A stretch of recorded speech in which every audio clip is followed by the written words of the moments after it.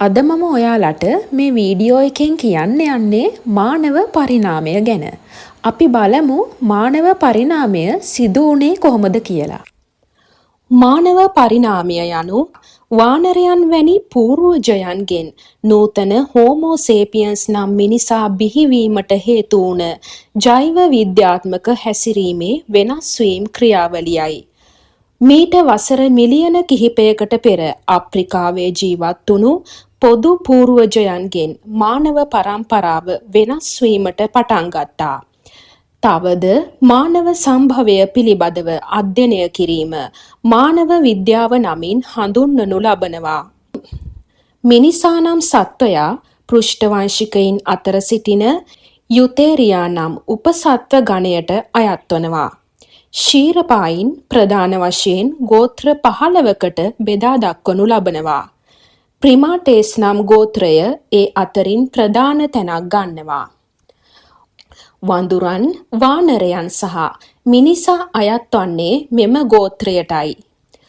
මුලින්ම බිහි වූ ප්‍රාථමික ප්‍රිමාටාවන් අතර ලීමර්, ටාසියර් වඩාත් ප්‍රචලිතයි. මෙම ප්‍රාථමික ප්‍රිමාටාවන් අතරින් එක් සත්වයෙකුගෙන් වඳුරන්ගේ පූර්වජයා බිහි වී තිබෙනවා. පසුව මිලියන 28ක් පමණ වනතුරු වඳුරෝ විශාල ලෙස ලොව පුරා ව්‍යාප්ත වුණා. කාලයක් යන විට එකිනෙකට වෙනස්කම් දැක් වූ වඳුරු වර්ග දෙකක් බිහි වී සිටියා. එම වර්ග පැරණි ලොව වඳුරන් සහ නූතන ලොව වඳුරන් ලෙස බෙදා දැක්විය හැකියි. පොදුවේ මෙම වඳුරන් හඳුන්වන්නේ උසස් ප්‍රිමාටාවන්ගේ ආරම්භක අවධිය ලෙසයි. මිලියන 24ත් 25ත් අතර කාලය මයෝසීන යුගය ලෙස හඳුන්වනවා.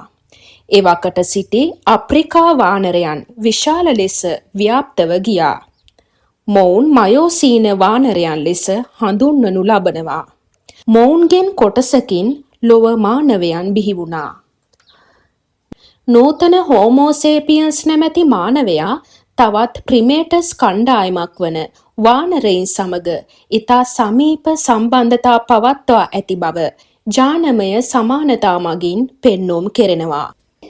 මේ වගේ ඔයාලට වැදගත් වන තවත් වීඩියෝස් බලන්න channel එක subscribe කරන්න.